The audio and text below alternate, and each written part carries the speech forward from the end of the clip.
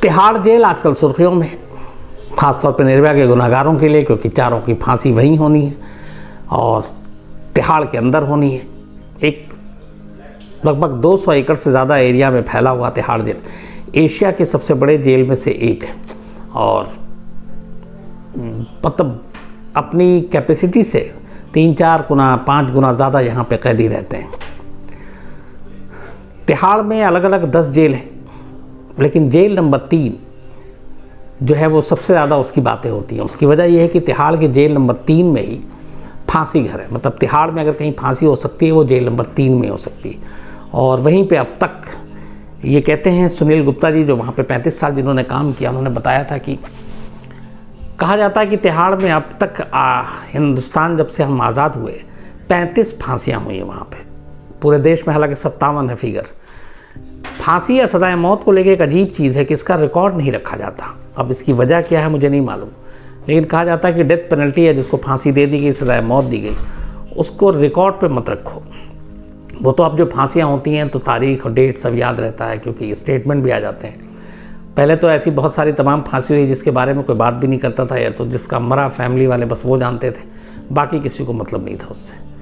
तो ऐसे ही कहते हैं कि तिहाड़ में अब तक 35 फांसी हुई है और वो सारी की सारी फांसी, चूँकि फांसी कोठी एक ही जगह तिहाड़ के जेल नंबर 3 में वहीं हुई, और इसीलिए तिहाड़ के जेल नंबर 3 में उस फांसी कोठी के आसपास के इलाके को कई बार भूतहा भी कहा जाता है। ऐसे बहुत सारे इंसिडेंट हुए हैं जिसमें कहा गया कि वहाँ पे भूत आता है, अजीब अजीब आवाज़ आती है, चीखने चिल्लाने की आवाज़ आती है, मारने पीटने की आवाज़ आती है। यहाँ तक कि वो जो अंदर में जिनकी सुरक्षा की जिम्मेदारी है सिक्योरिटी की, तमिलनाडु स्पेशल पुलिस, उन पुलिस वालों तक ने कई बार कंप्लेंट की कि अचानक उनके ऊपर हमला हुआ, वो भूत था। बल्कि एक तो ये भी कहते हैं कि उस फांसी कोठी के पास एक मर्डर भी हुआ। उस सज़ा के तौर पे वहाँ डेथ सेल में 3 लोगों को रखा गया था और सुबह उनमें से एक मुर्दा पाया गया, और बाद में जब पूछताछ हुई तो जिसके ऊपर शक था उसने एक नाम लिया था कि उसके भूत ने मुझे कहा था इसको मारने के लिए, और वो नाम था मकबूल बट का। सबसे ज़्यादा तिहाड़ में भूत जो देखे जाने की बात आती है वो मकबूल बट की। तो ये ऐसे क्यों है, क्या है, ये पूरी कहानी बताऊं उससे मकबूल बट की कहानी हम लोग समझ लेते हैं। मकबूल बट जम्मू कश्मीर का रहने वाला, तब वो पैदा हुआ जब हिंदुस्तान आज़ाद नहीं हुआ था और हिंदुस्तान और पाकिस्तान सब एक थे और कश्मीर एक आज़ाद रियासत हुआ करती थी। जम्मू कश्मीर के कुपवाड़ा ज़िले में पैदा होने के बाद मकबूल बट जब बड़ा हुआ तो उसने जम्मू कश्मीर के सेंट स्टीफन कॉलेज से अपनी पढ़ाई की, हिस्ट्री और पॉलिटिकल साइंस में, पढ़ने लिखने में काफ़ी तेज़। और यहाँ से पढ़ाई करने के बाद फिर वो पेशावर यूनिवर्सिटी पहुँच गया। चूँकि इंडिया पाकिस्तान एक था तब, तो कोई रोक टोक थी नहीं सरहद की, और आज़ाद कश्मीर का रहने वाला मकबूल बट, तो मकबूल बट वहाँ से पेशावर पहुँचा। पेशावर यूनिवर्सिटी में एडमिशन लिया और वहीं पे मशहूर जो शायर हैं उस वक्त अहमद फराज, उनसे मुलाकात हुई। शायरी, उर्दू ज़ुबान, इन सब का बड़ा शौक़ था मकबूल बट को, और पढ़ाई लिखाई के दौरान ही पेशावर यूनिवर्सिटी में फिर उसने जर्नलिज़म करना शुरू किया और कुछ वक्त तक जर्नलिज़म किया। वहाँ का एक अखबार था अंजाम, उर्दू न्यूज़पेपर, उसमें बाकायदा मकबूल बट ने काम किया। इस दौरान में फिर काम वाम करने के बाद वो आगे की पढ़ाई के लिए इंग्लैंड चला गया, बर्मिंघम। वहाँ भी इंडिया पाकिस्तान का जो वर्ल्ड कप का एक मैच भी था, सबसे ज़्यादा इंडियन वहाँ रहते भी हैं। इस दौरान देश आज़ाद हो चुका, भारत पाकिस्तान के 2 टुकड़े हो गए, कश्मीर जो है वो भारत के साथ आ गया। लेकिन कश्मीर को लेकर कुछ लोग ऐसे थे जो उस वक्त से लड़ाई लड़ रहे थे।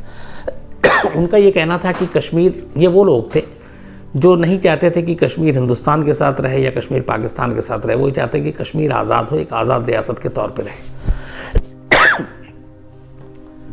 तो उसी में से एक मकबूल बट भी था। जब मकबूल बट इंग्लैंड गया तब वहाँ उसने एक Jammu Kashmir national liberation front JKLNF का गठन किया। इसके साथ इस ऑर्गेनाइजेशन का काम ये था कि कश्मीर की आज़ादी को लेके लड़ाई करना। तो कश्मीर को लेकर जो पहली बार आवाज़ उठी अलग कश्मीर को लेकर, आज शाम से थोड़ा गला खराब है, तो उसमें JK-LNF का भी रोल रहा। मकबूल भट्ट अपने एक साथी के साथ मिलकर इस फ्रंट के जरिए आज़ाद कश्मीर के सपने को देखते हुए बाकायदा उसने पुलिस से, उस वक्त आर्मी से, इन लोगों से भी टकराया, लड़ाई की। और ये एक उसका जो मूवमेंट है वो चलता रहा इंग्लैंड में रहकर। बाद में फिर वो पाकिस्तान लौटा इंग्लैंड से, और पाकिस्तान से फिर इंडिया आ गया। और इंडिया आने के बाद फिर जम्मू कश्मीर में वो जम्मू कश्मीर की आज़ादी की बात करने लगा और लोगों को समझाने लगा, भड़काने लगा। तो ये चीज़ क्लियर हो गई थी कि मकबूल भट्ट जो है वो भारत विरोधी काम कर रहा है। पुलिस, बाकी एजेंसियां भी उस वक्त अलर्ट थीं।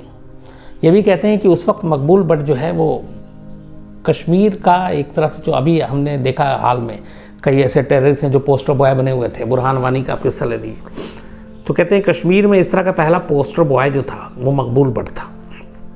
पढ़ा लिखा, गोरा चिट्टा, और उसकी बातें, और वहाँ पे लोगों में उसका बड़ा वो था, तो उसके फॉलोअर्स भी बढ़ते जा रहे थे JK-LNF के बैनर तले। तो जब वो कश्मीर आया उसके बाद फिर कश्मीर की अलग रियासत बनाने के लिए जो हिंदुस्तान में ना मिले, पाकिस्तान में ना मिले, उसके लिए लड़ाई करने लगा और धीरे धीरे ये चीज़ें बढ़ती गई। 1966 में JK-LNF के जो लोग थे उनकी और एक पुलिस वालों से मुठभेड़ होती है, इनकाउंटर होता है। इसमें एक मकबूल भट्ट का साथी जिसका नाम औरंगजेब था इस मुठभेड़ में मारा जाता है। लेकिन इसके साथ साथ इस मुठभेड़ में क्राइम ब्रांच का एक CID का अफसर जिसका नाम अमरचंद था वो भी मारा जाता है। और इस अमरचंद की मौत के सिलसिले में इस मुठभेड़ के बाद मकबूल भट्ट को गिरफ्तार कर लेती है, और साथ में उसका एक और साथी था काला खान। ये दोनों एनकाउंटर में उस वक्त शामिल थे। तो मकबूल भट्ट पहली बार यहाँ पे गिरफ्तार हो जाता है। गिरफ्तार होने के बाद उसके ऊपर मुकदमा चलता है एक पुलिस अफसर की मौत का, कत्ल का, और मुकदमे में सुनवाई के बाद अदालत जो है मकबूल भट्ट को सजाए मौत दे देती है इस CID अफसर के कत्ल के जुर्म में। मकबूल भट्ट ने बाकायदा अपना जुर्म कबूल किया और उसने कहा कि हाँ मैंने ये किया है, लेकिन बाद में उसे फिर श्रीनगर के जेल में भेज दिया गया। श्रीनगर में जेल में रहने के दौरान 1968 में करीब 2 साल ही ये जेल में रहा था। 66 में अरेस्ट हुआ था, 68 में सुरंग बनाकर मकबूल भट्ट 2 और कैदियों के साथ श्रीनगर जेल से भाग जाता है। बाद में खबर आती कि वो पाकिस्तान पहुंच गया। वो पाकिस्तान में रहता है और पाकिस्तान में रहते हुए जम्मू कश्मीर लिबरेशन फ्रंट के ज़रिए वो कश्मीर के लोगों को भड़काता रहता है। 68 में जाने के बाद 3 साल गुजर चुके थे। 71 में मकबूल भट्ट का तब पहली बार नाम फिर सामने आता। 3 साल तक खामोशी थी क्योंकि वो पाकिस्तान में था। इंडियन एयरलाइंस का एक प्लेन जो पुराना था उसको आखिरी शायद सफ़र पे निकाला गया था, नाम गंगा। उस श्रीनगर से लाहौर के लिए वो उड़ान भरा और उस प्लेन को हाईजैक कर लिया। जो हाईजैकर थे 2 थे, हाशिम कुरैशी और अशरफ भट्ट। बाद में पता चला कि उस प्लेन को लाहौर ले जाने के बाद सारे मुसाफिर उन क्रू मेंबर को उतार दिया गया और उस प्लेन में आग लगा दी गई। इसकी कहानी मैंने आपको एक बार पहले सुनाई है। तो उसको लेके ये भी था कि ये अपनी एजेंसी का या बाकी लोगों का काम था, लेकिन उसमें नाम आया फिर मकबूल भट्ट का और कि ये प्लेन हाईजैकिंग के पीछे मकबूल भट्ट था, क्योंकि हाशिम कुरैशी जब गिरफ्तार हुआ तो उसने अपना स्टेटमेंट दिया था कि उसने मकबूल भट्ट के कहने पे इस प्लेन को हाईजैक किया था। तो 71 में मकबूल भट्ट का नाम आया। इसी दौरान में 71 में भारत और पाकिस्तान के साथ दोनों की जंग बिछड़ गई। तो हालात ख़राब थे। उधर एक तरफ प्लेन हाईजैक में नाम आ रहा था, लेकिन इधर जंग। तो बड़ी सारी चीज़ें चलती रहीं। जंग के बाद थोड़ा सा माहौल ठंडा हुआ तो फिर भारत ने पाकिस्तान से कहा कि मकबूल भट्ट को गिरफ्तार करके आप हमें सौंपो, क्योंकि उसने हमारे प्लेन को हाईजैक किया है और यहाँ ऑलरेडी एक कत्ल के सिलसिले में उसको मौत की सज़ा हुई है, तो यहाँ वो बाकी की सज़ा काटेगा। पाकिस्तान ने भारत के दबाव में मकबूल भट्ट को गिरफ्तार तो कर लिया और गिरफ्तार करने के बाद जेल भी डाल दिया, लेकिन भारत को नहीं सौंपा। 2 साल बाद, चूँकि 1972 में गिरफ्तार हुआ था, इस हाईजैकिंग के 1 साल के बाद, हाईजैकिंग 1971 में हुई थी, 74 में पाकिस्तान ने मकबूल भट्ट को रिहा कर दिया। मकबूल भट्ट रिहाई के बाद अब उसे लगा कि जंग हो चुकी, 3 साल बीत गया, वो वापस कश्मीर पहुंचता है। लेकिन कश्मीर आने से पहले ही जो हमारी इंटेलिजेंस थी उसे पता चल गया था कि मकबूल भट्ट वापस कश्मीर आ रहा है। तो जैसे ही वो कश्मीर में आता है, हमारी एजेंसियां और दोबारा उसे गिरफ्तार कर लेती हैं। गिरफ्तार करने के बाद अब उसे जेल भेज दिया जाता है। ऑलरेडी वो मौत की सज़ा पा चुका था कोर्ट से, तो उसको जब जेल भेजा गया तो फिर ये लगा कि कहीं ऐसा ना हो कि मकबूल भट्ट फिर से जेल से भाग जाए या आतंकवादी उसे छुड़ाने के लिए कोशिश करें। तो जम्मू कश्मीर रखने के लिए सही जगह नहीं थी। तो आखिर में फैसला लिया गया कि मकबूल भट्ट को कश्मीर से निकाल कर दिल्ली के तिहाड़ जेल में भेज दिया जाए, क्योंकि ये दिल्ली की तिहाड़ जेल सबसे महफूज जगह मानी जाती है। तो इसलिए बिना तिहाड़, जो कोई जुरिस्डिक्शन में नहीं आता था, क्राइम श्रीनगर में हुआ था, सज़ा वहीं की अदालत ने दी, जेल भी वहीं की होनी चाहिए, लेकिन इस बात का ख्याल रखते हुए कि मकबूल भट्ट भाग न जाए, उसे दिल्ली के तिहाड़ जेल शिफ्ट कर दिया गया था। अब वो दिल्ली के तिहाड़ जेल आया, इस दौरान में मुकदमा चलता रहा, हाई कोर्ट में गया, फिर मामला सुप्रीम कोर्ट में गया, सुप्रीम कोर्ट तक ने मौत की सज़ा को बरकरार रखी। तब प्रेसिडेंट ज्ञानी ज़ैल सिंह थे। मकबूल भट्ट ज्ञानी ज़ैल सिंह के पास दया याचिका, मर्सी पिटिशन लेकर पहुंचा, लेकिन राष्ट्रपति ने भी उसे खारिज कर दिया। ये सारी चीज़ें चलती रही। इसी दौरान में JKLF लगातार मकबूल भट्ट को रिहा कराने की मांग तेज़ करता रहा। इस दौरान में उसने बहुत सारे लोगों को किडनैप किया, उसके बदले में सौदा करने की कोशिश की, लेकिन सब कुछ नाकाम होता रहा। फिर तभी अचानक एक ऐसी चीज़ हुई जिसने बहुत सारी चीज़ें बदल के रख दी, और वो ये था कि बर्मिंघम में, इंग्लैंड में, एक अपने इंडियन डिप्लोमेट थे मिस्टर रविंद्र महात्रे। JKLF ने रविंद्र महात्रे को किडनैप कर लिया बर्मिंघम में, और किडनैप करने के बाद भारत सरकार के सामने ये मांग रखी कि मकबूल भट्ट को तिहाड़ जेल से रिहा कर दो, नहीं तो हम रविंद्र महात्रे को मार देंगे। अब एक इंडियन डिप्लोमेट की किडनैपिंग, वो भी कश्मीर, वहाँ जो कश्मीरी मिलिटेंट हैं उनके ज़रिए इंग्लैंड में, तो ये अपने आप में बहुत बड़ी चीज़ थी। इंदिरा गांधी तब उस वक्त प्रधानमंत्री थी, तो उन्होंने अपनी मांग रखी, बातचीत चलती रही, लेकिन भारत सरकार का ये स्टैंड था कि हम रविंद्र महात्रे की रिहाई के एवज में किसी टेररिस्ट को नहीं छोड़ेंगे, हम कोई नेगोशिएशन नहीं करेंगे, हम कोई बातचीत नहीं करेंगे। कुछ दिनों तक ये मामला चलता रहा। उसके बाद एक दिन अचानक रविंद्र महात्रे की लाश मिलती है।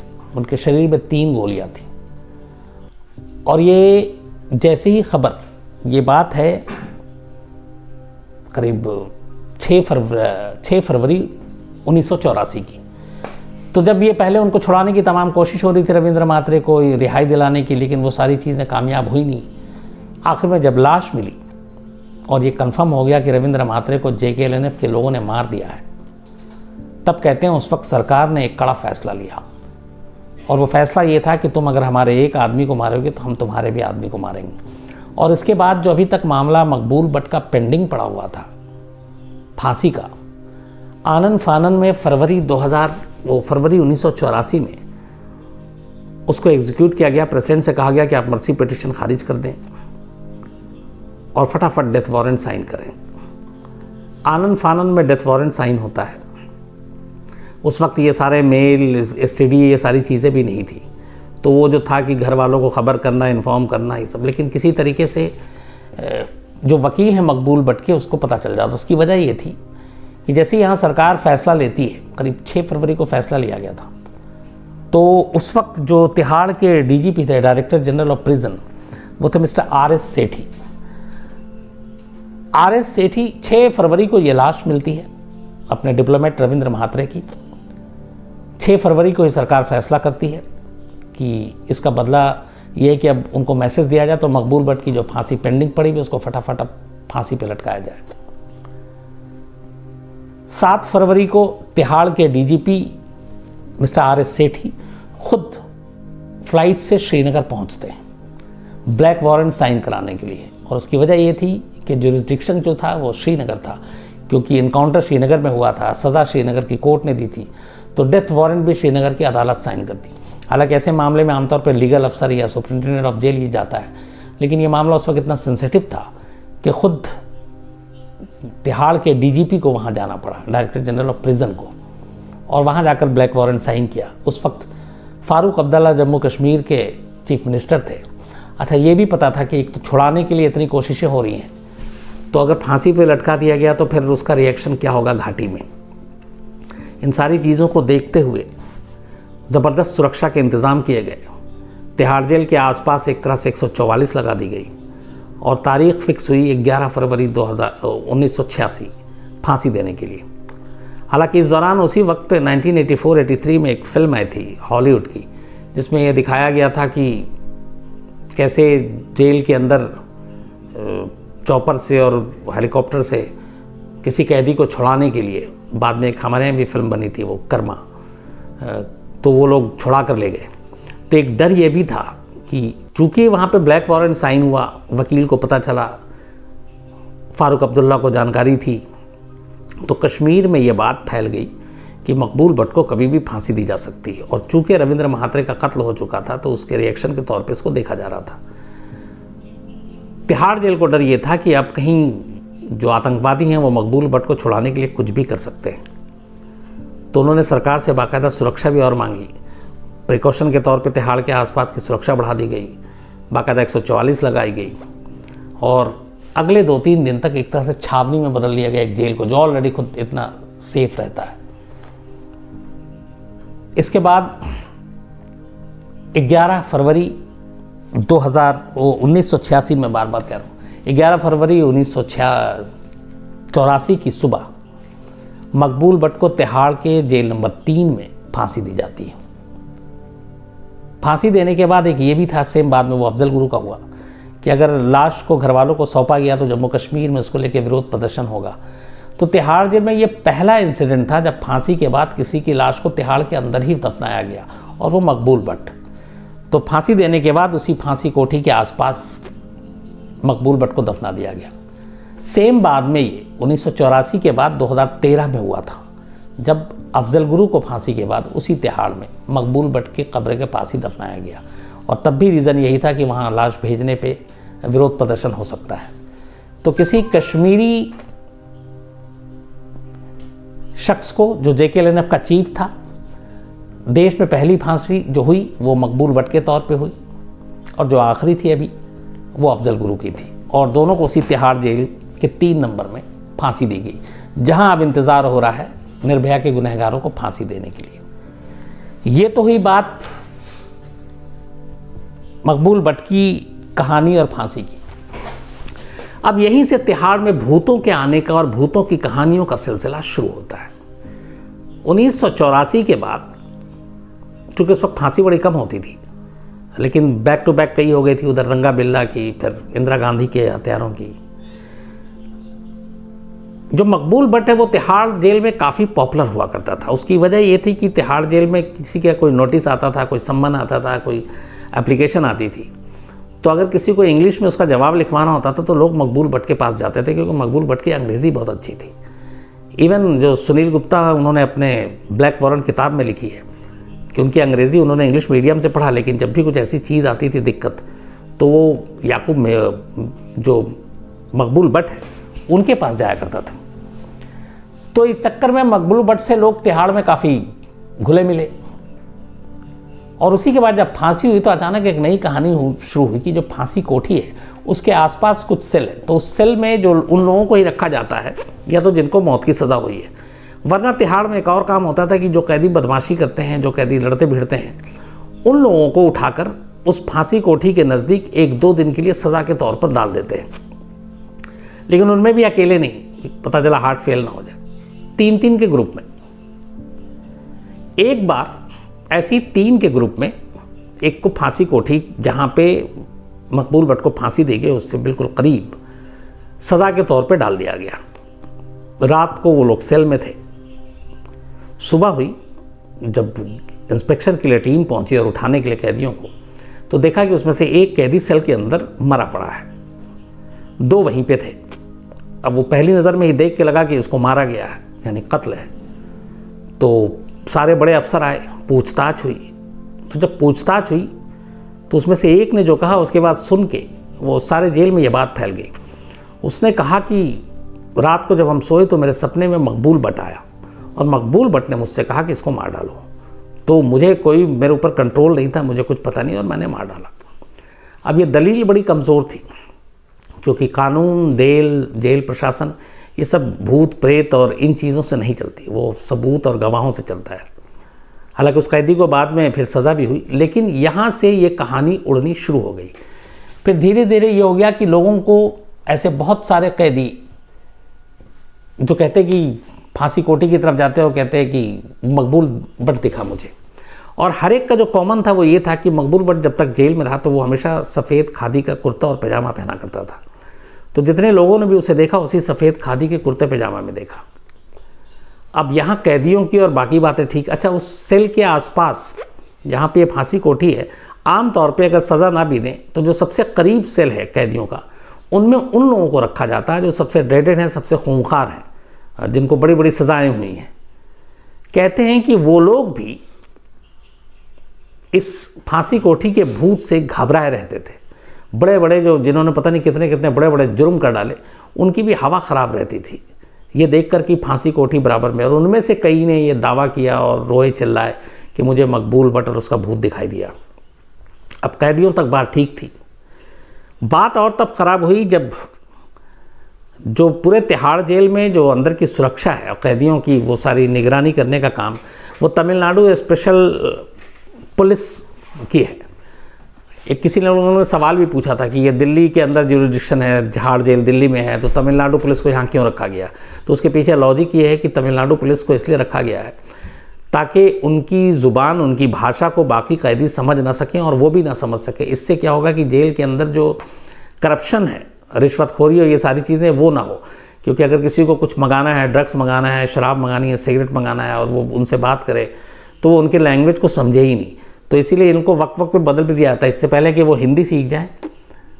कैदी तो तमिल उतना जल्दी तो सीखेंगे नहीं, तो इसीलिए रखा गया ताकि वो ज़बान का जो है ना वो एक बैरियर हो, कैदी और पुलिस वाले एक दूसरे की भाषा ना समझ सकें और वो अपना ड्यूटी ईमानदारी से कर सके। तो इसीलिए तमिलनाडु फोर्स का रखा गया। तो बात तब फैली इस भूत प्रेत की जब खुद तमिलनाडु स्पेशल पुलिस ने, जिसकी ड्यूटी इस फांसी कोठी के पास थी, उनमें से कई ऐसे आए और उन्होंने कहा कि मेरा गला पकड़ लिया। कई वो ड्यूटी देते देते चीख पड़े, बाकी साथी भागे कि किसी कैदी ने हमला कर दिया, क्या हुआ। तो अपना गर्दन पकड़े हुआ कह रहा कि मेरा अभी गला दबाने की कोशिश की। तो लोगों ने पूछा किससे, किसने किया। तो नाम एक ही लेता था, मकबूल भट्ट। कई लोगों ने कहा कि मकबूल भट्ट को वो जहाँ पे फांसी कोठी और जो कब्र है उसके आसपास टहलते हुए देखा है। और तो और कई ऐसे कैदियों ने कहा जो न सिर्फ डरते नहीं बल्कि कुछ लोग तो ऐसे जो डरते नहीं हैं। उन्होंने कहा कि मकबूल भट्ट सपने में आता और वो कहता है कि तुम चिंता मत करो, तुम जल्दी केस से बरी हो जाओगे या तुमको जल्दी ज़मानत मिल जाएगी और तुम बस कुछ दिनों में जेल से निकल जाओगे, इतने इतने टाइम में।